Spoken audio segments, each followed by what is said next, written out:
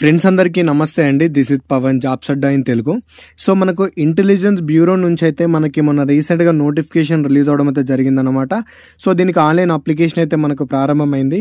2 days back నుంచి application కూడా start అయింది. ఒకవేళ మీరు ఇంకా అప్లై చేయకపోతే కనుక ఈ వీడియో చూసి అప్లై చేసే ప్రయత్నం చేయండి. ఆల్రెడీ నేను ఈ యొక్క నోటిఫికేషన్కి సంబంధించినటువంటి పూర్తి వీడియో కూడా నేను ఇదివరకు చేశాను. మొత్తంగా చూసుకుంటే మీకు 3717 వేకెన్సీస్ ఉంటాయి. దీనికి క్వాలిఫికేషన్ కూడా డిగ్రీ అయితే ఉండాలి. డిగ్రీ పాస్ అయినటువంటి ప్రతి ఒక్కరు దీనికి అప్లై అయితే చేసుకోవచ్చు.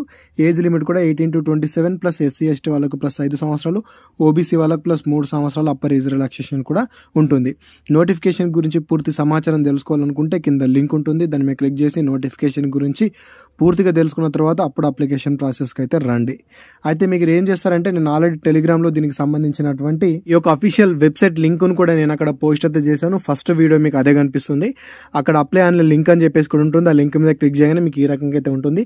టెలిగ్రామ్ లింక్ కింద డిస్క్రిప్షన్లో అయితే ఉంటుంది. ఖచ్చితంగా ప్రతి ఒక్క అభ్యర్థి అందులో జాయిన్ అయ్యి ఉండండి. ఎటువంటి ముఖ్యమైన సమాచారం ఉన్నా కూడా నేను ఫస్ట్ టెలిగ్రామ్లోనే పెడతాను కాబట్టి అది మీకు చాలా యూజ్ అవుతుంది. అందరికీ చిన్న రిక్వెస్ట్ ఏంటంటే, మీరు వీడియో చూసేటప్పుడు వీడియోని దయచేసి లైక్ చేసిన తర్వాతనే వీడియో చూడండి. ఒకవేళ మీకు వీడియో నచ్చకపోతే లాస్ట్లో లైక్ అయితే తీసేయండి, బట్ ఎండ్ వరకు వీడియో చూసి అప్లై చేసే ప్రయత్నం చేయండి. సో ఇక్కడ క్లియర్గా చూసుకున్నట్టయితే దీనికి సంబంధించినటువంటి క్లియర్ ఇన్ఫర్మేషన్ అంతా ఉంటుంది. లాస్ట్ డేట్ కనుక చూసుకున్నట్టయితే మనకు ఆగస్టు 10వ డేట్ వరకు మీరు అప్లై చేసుకోనికి అవకాశం అయితే ఇక్కడ కల్పించడం అయితే జరిగిందనమాట. సో ఇక్కడ చూసుకున్నట్టయితే ఆల్రెడీ రిజిస్టర్ లాగిన్ అని చెప్పేసి ఉంది. సో ఇందులో ఫస్ట్ మనం రిజిస్టర్ అవ్వాల్సి అయితే ఉంటుంది అనమాట. అంటే అకౌంట్ రిజిస్టర్ చేసుకున్న తర్వాత మనం అప్పుడు అప్లై చేస్తే అప్లికేషన్ అయితే అవుతుంది. సో కింద చూసుకున్నట్టయితే టు రిజిస్టర్ అని చెప్పేసి మనకి ఇక్కడ క్లిక్ హేర్ అని చెప్పేసి ఉంది చూసారా, ఇక్కడ క్లిక్ అయితే చేయండి. మీరు అక్కడ క్లిక్ చేయగానే దీనికి సంబంధించినటువంటి రిజిస్ట్రేషన్ పోర్టల్ అయితే మనకు ఓపెన్ అవుతుంది. సో ఇక్కడ కొంచెం కిందికి వెళ్ళారంటే ఇక్కడ పోస్ట్ నేమ్ అని చెప్పేసి అయితే మీకు కనిపిస్తుంది చూసారా. ఈ పోస్ట్ నేమ్ దగ్గర క్లిక్ చేసేసిన తర్వాత ఇక్కడ మనకు assistant central intelligence officer grade 2 అని చెప్పేసి ఫస్ట్ మనకు కనిపిస్తుంది. సో మీరు దాని మీద క్లిక్ అయితే చేయండి. అదేవిధంగా కింద చూసుకున్నట్టయితే క్యాండిడేట్ ఫుల్ నేమ్ అని చెప్పేసి ఉంది. 10th క్లాస్ మెమోలో మీ పేరు ఎలా ఉంటుందో సేమ్ టు సేమ్ అలానే మీరు ఎంటర్ అయితే చేయండి. ఒక్క మిస్టేక్ కూడా చేయొద్దు. సో ఇక్కడ మొబైల్ నెంబర్ రాయండి. అదేవిధంగా ఇక్కడ కన్ఫర్మ్ దగ్గర కూడా మొబైల్ నెంబర్ రాయండి. అదే నెంబర్ని మరొకసారి రాయండి. ఇంకోటి గమనించండి, వర్కింగ్లో ఉన్నటువంటి ఈమెయిల్ ఐడి, వర్కింగ్లో ఉన్నటువంటి మొబైల్ నెంబర్స్ అయితే ఇవ్వండి. ఇక్కడ ఆల్టర్నేటివ్ మొబైల్ నెంబర్ అడిగారు, ఇస్తే ఇవ్వండి, లేకపోతే లేదు. ఇక్కడ ఈమెయిల్ ఐడి కూడా కన్ఫర్మ్ దగ్గర కూడా ఈమెయిల్ ఐడి కూడా జాగ్రత్తగా ఎంటర్ అయితే చేయండి. సో ఎంటర్ చేసిన తర్వాత జనరేట్ OTP అని చెప్పేసి ఉంటుంది, దాని మీద క్లిక్ అయితే చేయండి. ఈ రకంగా మీకు ఒక క్యాప్చా అడుగుతుంది అనమాట. ఈ క్యాప్చాని ఈ బాక్స్ లో ఎంటర్ చేసేసి సబ్మిట్ మీద క్లిక్ అయితే చేయండి. సో ఈ రకంగా మీ యొక్క మొబైల్ నెంబర్ కి, మీ యొక్క ఈమెయిల్ ఐడికి ఒక OTP అయితే వస్తుందన్నమాట. సో వచ్చినటువంటి OTPలని ఇక్కడ మొబైల్ దగ్గర అయితే మొబైల్ దాన్ని, అదేవిధంగా ఈమెయిల్కి వచ్చిందని ఈమెయిల్కు ఎక్కడక్కడ ఎంటర్ చేసేసి ఇక్కడ వ్యాలిడేట్ మీద క్లిక్ అయితే చేయండి. సో వ్యాలిడేట్ మీద క్లిక్ చేశారంటే ఈ రకంగా వ్యాలిడేటెడ్ సక్సెస్ఫుల్లీ అని చెప్పేసి అయితే వస్తుందన్నమాట. అంటే మీరు ఇచ్చినటువంటి email ID, mobile number verify అయిపోయినట్టు లెక్క. సో నెక్స్ట్ చూసుకున్నట్టయితే ఇక్కడ కింద మనకు టిక్ మార్క్ అని చెప్పేసి ఉంటుంది, అగ్రి.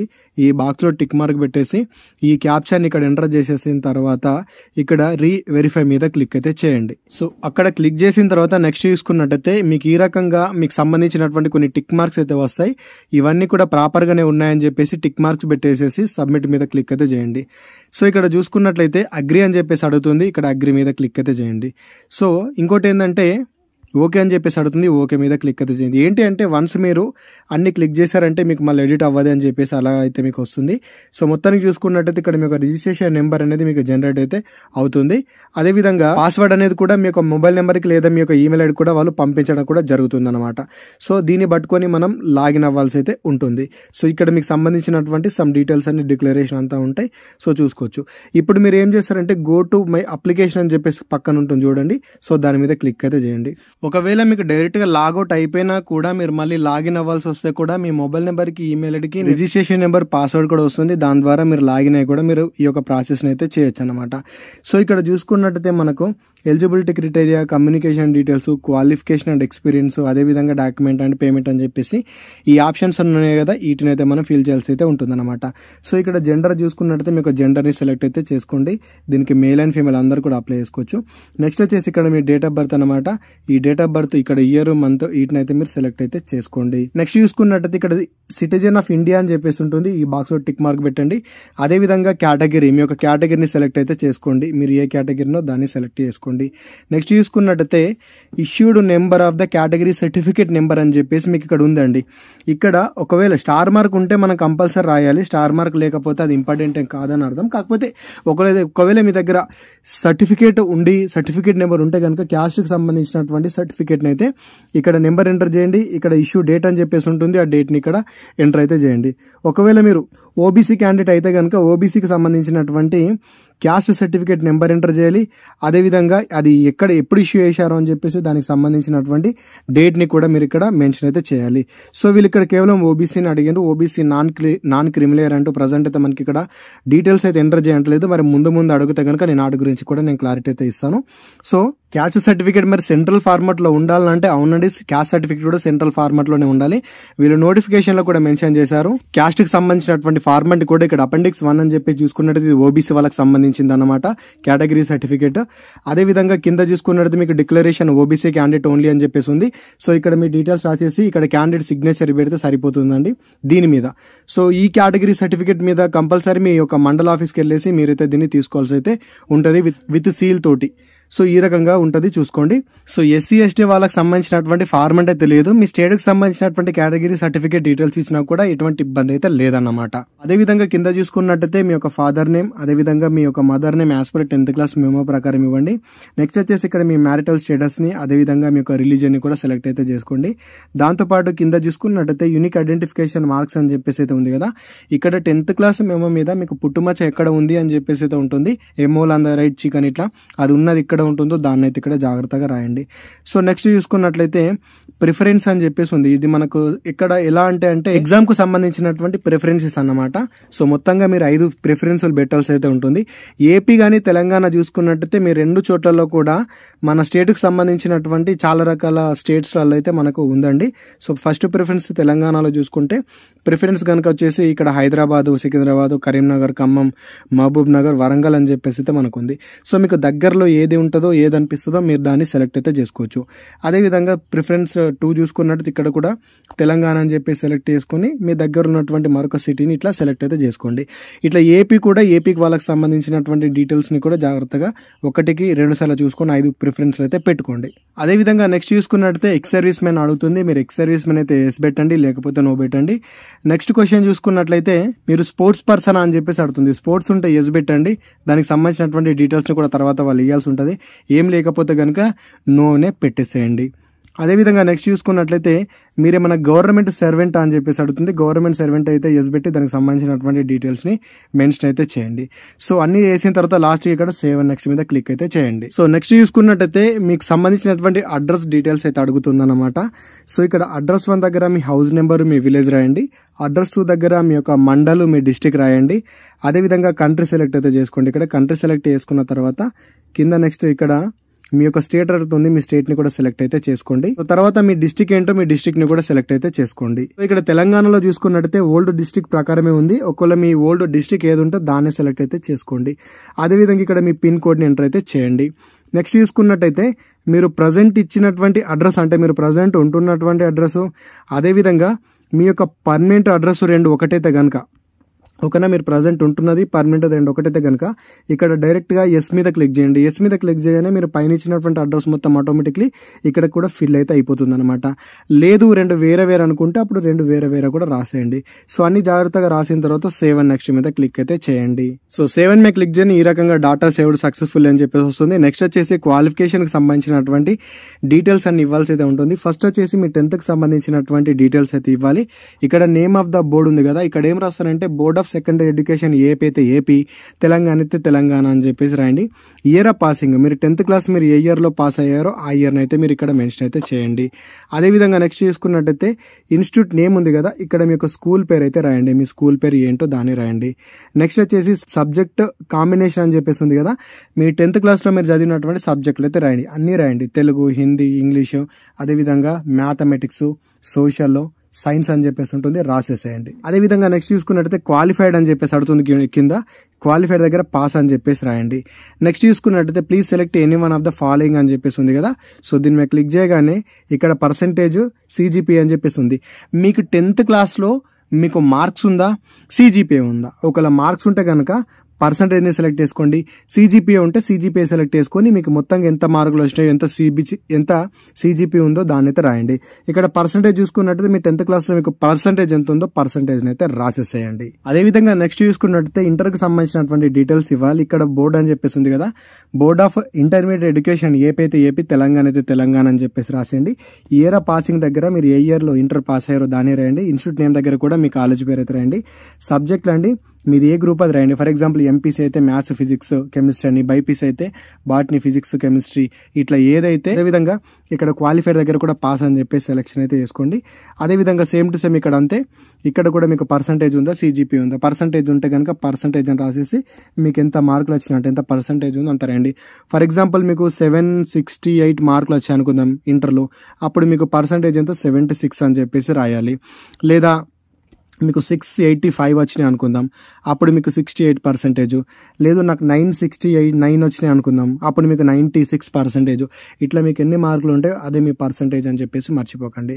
నెక్స్ట్ చూసుకున్నట్టయితే ఇక్కడ ఎసెన్షియల్ క్వాలిఫికేషన్ దగ్గర చూసుకున్నట్టయితే ఇక్కడ దీనికి సంబంధించినటువంటి డీటెయిల్స్ ఇవ్వాలి.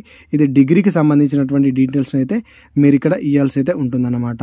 సో ఇక్కడ ఎసెన్షియల్ క్వాలిఫికేషన్ నేమ్ కనుక చూసుకున్నట్టయితే ఇక్కడ గ్రాడ్యుయేషన్ ఆర్ ఈక్వాలెంట్ అని చెప్పేసి ఉంది. సో దాన్ని సెలెక్ట్ అయితే చేసుకోండి ఫస్ట్. సో దాన్ని సెలెక్ట్ చేసుకున్న తర్వాత స్పెషలైజేషన్ అని చెప్పేసి ఉంది. ఇక్కడ మీ యొక్క గ్రూప్ని అయితే రాయండి. ఒకవేళ మీకు డిగ్రీ అయితే కనుక బీఎస్సీ బీజెడ్సీనా, లేదా బీకామ్ కంప్యూటర్సా, బీఎస్సీ ఎంపీసీనా, ఇట్లా ఏదైతే దాన్ని అయితే రాయండి. ఒకవేళ బీటెక్ అయితే కనుక బీటెక్ సంబంధించినటువంటి గ్రూప్ నేమ్ అయితే రాసేసేయండి. నెక్స్ట్ చూసుకున్నట్టయితే ఇక్కడ institute, college, university full name అని చెప్పేసి ఉంది. ఇక్కడ మీ యొక్క కాలేజ్ నేమ్ అయితే రాయండి, ఇబ్బంది ఏం లేదు. కాలేజ్ నేమ్ రాసేసి పక్కన యూనివర్సిటీ కేయూ అయితే కేయూ, ఓయూ అయితే ఓయూ, జేఎన్టీ అయితే జేఎన్టీ అని చెప్పేసి రాసినా నష్టమేం లేదు. ఇన్స్టిట్యూట్ వచ్చేసి సిటీ ఎక్కడ ఉందంట, మీ కాలేజీ ఎక్కడ ఉందో దాన్ని అయితే ఎంటర్ అయితే చేయండి, ఆ సిటీ పేరు. అదేవిధంగా స్టేట్, మీ కాలేజ్ ఎక్కడ ఉందో ఆ స్టేట్ని సెలెక్ట్ చేయండి. అదేవిధంగా మంత్ ఆఫ్ ఇయర్ జాయినింగ్, మీరు డిగ్రీ ఏ ఇయర్లో జాయిన్ అయ్యారు. ఫర్ ఎగ్జాంపుల్ 2022 అనుకుంటే ఏ మంత్లో ఉంటుంది, మాక్సిమం జూన్లో జాయిన్ అవుతాం కాబట్టి మాక్సిమం మీరు ఇక్కడ ఏం చేస్తారంటే జూన్ 2021 అంటే ఇయర్ని బట్టి ఇక్కడ అందాదని అడుగుతున్నారు వాళ్ళు. సో కంపల్సరీ అదే ఉండాలని ఏం లేదు, బట్ ఏదో అప్రాక్సిమేట్లీ మీకు ఏది అనిపిస్తే దగ్గరలో రాసేయండి అట్లా. అదేవిధంగా month of year of passing, ఇక్కడ ఇయర్ ఆఫ్ పాసింగ్ వచ్చేసి మీరు ఏ ఇయర్లో పాస్ అయ్యారని చెప్పేసి ఉంటుంది, అది మీ మెమో మీద ఉంటుందండి. ఆ మెమో మీద ఉన్నదైతే ఇక్కడ రాసేసేయండి, ఓకేనా. అదేవిధంగా నెక్స్ట్ చూసుకున్నట్టయితే ఇక్కడ క్వాలిఫైడ్ అని చెప్పేసి ఉంది కదా, ఇక్కడ కూడా మీరు సెలెక్ట్ చేసుకొని పాస్ అని చెప్పేసి అయితే మెన్షన్ అయితే చేయండి. అదేవిధంగా please select any of the following అని చెప్పేసి ఇక్కడ ఉంది కదా, సేమ్ ఇక్కడ కూడా పర్సంటేజ్ అయితే పర్సంటేజ్, సిజిపి అయితే సిజిపి, ఏది ఉంటే దాన్ని సెలెక్ట్ అయితే చేసుకోండి.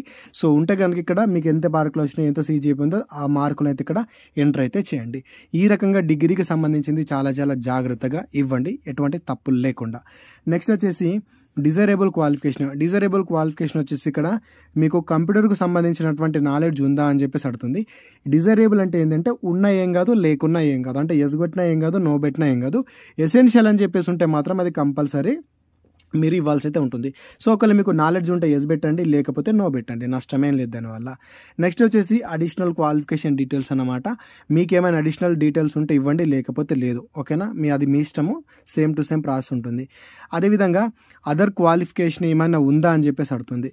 అదర్ క్వాలిఫికేషన్ ఏంటంటే మీకు హిందీ, ఇంగ్లీష్ కాకుండా మీకు ఇంకా వేరే భాషలు ఏమైనా వచ్చా అని చెప్పేసి అడుగుతుంది. సో వచ్చు, మనందరికీ తెలుగు వస్తుంది కాబట్టి ఎస్ మీద క్లిక్ చేసి ఇక్కడ తెలుగు అని చెప్పేసి అయితే మెన్షన్ అయితే చేసేసేయండి. ఒకవేళ మీకు మరాఠీ వస్తే మరాఠీ కూడా రాయండి. అదేవిధంగా ఎక్స్పీరియన్స్ ఏమైనా ఉందా అని చెప్పేసి అడుగుతుంది. ఎక్స్పీరియన్స్ ఉంటే దానికి సంబంధించినటువంటి డీటెయిల్స్ అయితే ఇవ్వండి. ఇక్కడ యాడ్ రో మీద ఎంటర్ చేసేసి ఇవ్వచ్చు. ఏం లేకపోతే డైరెక్ట్ నో మీద క్లిక్ చేసినా ఇబ్బంది ఏం లేదు. సో ఇట్లా అన్ని జాగ్రత్తగా రాసిన తర్వాత సేవ్ అండ్ నెక్స్ట్ మీద క్లిక్ అయితే చేయండి. సో ఈ రకంగా డాటా సేవ్డ్ సక్సెస్ఫుల్ అని చెప్పేసి వస్తుంది. సో ఇక నెక్స్ట్ చూసుకున్నట్టయితే డాక్యుమెంట్స్ అనేవి మనం అప్లోడ్ చేయాల్సి అయితే ఉంటుందన్నమాట. సో ఇక్కడ చూసుకున్నట్టయితే ఫోటో ఒకటి ఉండాలి, సిగ్నేచర్ని కూడా మీరు ఇక్కడ అప్లోడ్ చేయాల్సి అయితే ఉంటుందన్నమాట. సో ఫోటో అనేది చాలా చాలా జాగ్రత్త ఉండాలి. ఇక్కడ బ్యాక్గ్రౌండ్ అనేది వైట్ ఉండాలి. అదేవిధంగా సైజ్ వచ్చేసి 100 KB నుంచి 200 KB మధ్యలో ఉండాలి. జేపీజీ ఫార్మాట్లో ఉండాల్సి అయితే ఉంటుంది. బ్యాక్గ్రౌండ్ అనేది వైట్ ఉండాలి అని చెప్పేసి వాళ్ళు చెప్పారు కాబట్టి రీసెంట్గా దిగినటువంటి ఫోటోను అయితే పెట్టే ప్రయత్నం అయితే చేయండి. ఓకేనా? సో ఇక్కడ ఆల్రెడీ మీరు అప్లోడ్ చేసేటప్పుడే మీకు దీనికి సంబంధించినటువంటి డీటెయిల్ ఇన్స్ట్రక్షన్స్ కూడా వాళ్ళు ఇక్కడ మెన్షన్ చేశారు కాబట్టి చూసుకొని డైరెక్ట్గా మీరు అప్లోడ్ అయితే చేసేసేయండి. సో ఇట్లా ఒకవేళ మీరు ఫోటోని ఇంకేమైనా చెక్ చేసుకోవాలనుకున్నా కూడా ఇక్కడ వ్యూ ఫోటో మీద క్లిక్ చేసి కూడా మీరు చెక్ అయితే చేసుకోవచ్చు. అదేవిధంగా సిగ్నేచర్ గురించి చూసుకున్నట్టయితే సిగ్నేచర్ సైజ్ వచ్చేసి మీకు ఇక్కడ 80 నుంచి 150 KB లోపు అయితే ఉండాలి. ఇంకో ముచ్చట ఏంటి అంటే సిగ్నేచర్ వచ్చేసి బ్లాక్ పెన్ తోటి ఒక వైట్ పేపర్ మీద సిగ్నేచర్ పెట్టండి. బ్లూ పెన్ తోటి కాదు, బ్లాక్ పెన్ తోటే పెట్టాలి అని చెప్పేసి వీళ్ళు చెప్పారు. సో అలానే దాన్ని తీసుకొని అప్లోడ్ అయితే చేయండి. సో ఈ రకంగా బ్లాక్ పెన్ తోటి పెట్టినటువంటి సిగ్నేచర్ మాత్రమే అప్లోడ్ అయితే చేయండి. సో ఇట్లా అప్లోడ్ చేస్తే 2 కూడా అప్లోడ్ అయితే అయిపోతాయి. సో నెక్స్ట్ చూసుకున్నట్లయితే ఇక్కడ పేమెంట్ అయితే ఉంటుందన్నమాట. సో ఇక్కడ అందరికి అప్లికేషన్ ఫీ అయితే ఉంటుంది. ఎస్సీ ఎస్టీ వాళ్ళకి 550 రూపాయలు ఉంటుంది. అదేవిధంగా మిగతా కేటగిరీ వాళ్ళకి వచ్చేసి 650 రూపాయల వరకు అయితే మీకు పేమెంట్ చేసేటటువంటి అవకాశం అయితే ఉంటుందన్నమాట. సో ఇక్కడ పేమెంట్ మోడ్ చూసుకున్నట్టయితే ఇక్కడ మనకు పేమెంట్ ఆప్షన్స్ అయితే ఉంటాయి. ఇక్కడ పేమెంట్ ఆప్షన్స్ మీద క్లిక్ అయితే చేయాలి. ఇక్కడ క్లిక్ చేయగానే నెక్స్ట్ మనకు డిక్లరేషన్ బాక్స్ ఉంటుంది. డిక్లరేషన్ బాక్స్ అన్ని ఈ డిక్లరేషన్ బాక్సులు మొత్తం టిక్ మార్క్ పెట్టేసేసిన తర్వాత ఈ క్యాప్చాని ఈ బాక్స్లో ఎంటర్ చేసేసి ప్రివ్యూ మీద క్లిక్ అయితే చేయండి. సో ఇక్కడ ప్రివ్యూలో చూసుకున్నట్టయితే అన్ని జాగ్రత్తగా ఉన్నాయా లేదా అని 1-2 సార్లు మొత్తం చెక్ చేసుకోండి. అంత కరెక్ట్ గా ఉంది, ఏం తప్పు లేదనుకుంటే ఇక్కడ ఓకే అని చెప్పేసి ఉంటుంది. ఓకే మీద క్లిక్ చేసేసి ఇక్కడ సబ్మిట్ ఉంటుంది. సబ్మిట్ మీద క్లిక్ అయితే చేయండి. సో ఈ రకంగా మీకు అగ్రీ అని చెప్పేసి అడుగుతుంది. ఇక్కడ లాస్ట్ లో అగ్రీ మీద క్లిక్ అయితే చేయండి. సో వన్స్ అగ్రీ మీద క్లిక్ చేసేసిన తర్వాత డైరెక్ట్ గా మీరు పేమెంట్ గేట్వేకి అయితే వెళ్ళిపోతారు. సో ఇక్కడ నుంచి మీరు పేమెంట్ చేస్తే అప్లికేషన్ అయితే కంప్లీట్ అయితే అయిపోతుంది అనమాట. సో ఇక్కడ మనకు చాలా రకాల ఆప్షన్స్ అయితే ఉంటాయి. కింద చూసుకున్నట్టు మీకు యూపీఐ ఆప్షన్ అని చెప్పేసి కూడా ఉంటుంది. ఇక్కడ యూపీఐ మీద క్లిక్ చేస్తే కనుక ఇది కొంచెం సింపుల్ గా అయితే అయిపోతుంది. సో ఇక్కడ మీకు దీనికి సంబంధించినటువంటి క్యూఆర్ కోడ్ అని చెప్పేసి వస్తుంది అనమాట. సో దీని మీద క్లిక్ చేశారంటే మీకు ఒకటి క్యూఆర్ కోడ్ అనేది జనరేట్ అయితే అవుతుంది. ఆ క్యూఆర్ కోడ్ని స్కాన్ చేసినా కూడా మీకు ఈజీగా పేమెంట్ అనేది కంప్లీట్ అయితే అయిపోతుంది అనమాట. ఇది కొంచెం ఈజీ వే. ఇలా చేశారంటే మీ అప్లికేషన్ అనేది కంప్లీట్ అయితే అయిపోతుంది. సో ఫ్రెండ్స్ ఇదన్నమాట. ఏ విధంగా అప్లై చేయాల్సి ఉంటుందో మీకు స్టెప్ బై స్టెప్ అయితే మొత్తం చెప్పాను. ఎవరైతే ఇండి వరకు చూసారో బ్రో అని చెప్పేసి ఒక చిన్న కామెంట్ అయితే చేయండి. ఈ నోటిఫికేషన్ గురించి తెలియకపోతే ఆల్రెడీ వీడియో చేశా కాబట్టి ఆ వీడియో చూసి తెలుసుకోండి, అప్లై అయితే చేయండి. సో వీడియోని లైక్ చేయకపోతే కంపల్సరీ వీడియోని లైక్ చేయండి. అదేవిధంగా ఇటువంటి ఇన్ఫర్మేషన్ ఏది కూడా మిస్ అవుతుంది అనుకుంటే రెగ్యులర్గా మన ఛానల్కి టచ్లో అయితే ఉండండి. Thanks for watching. అందరికీ ఆల్ ది బెస్ట్. జై భారత్.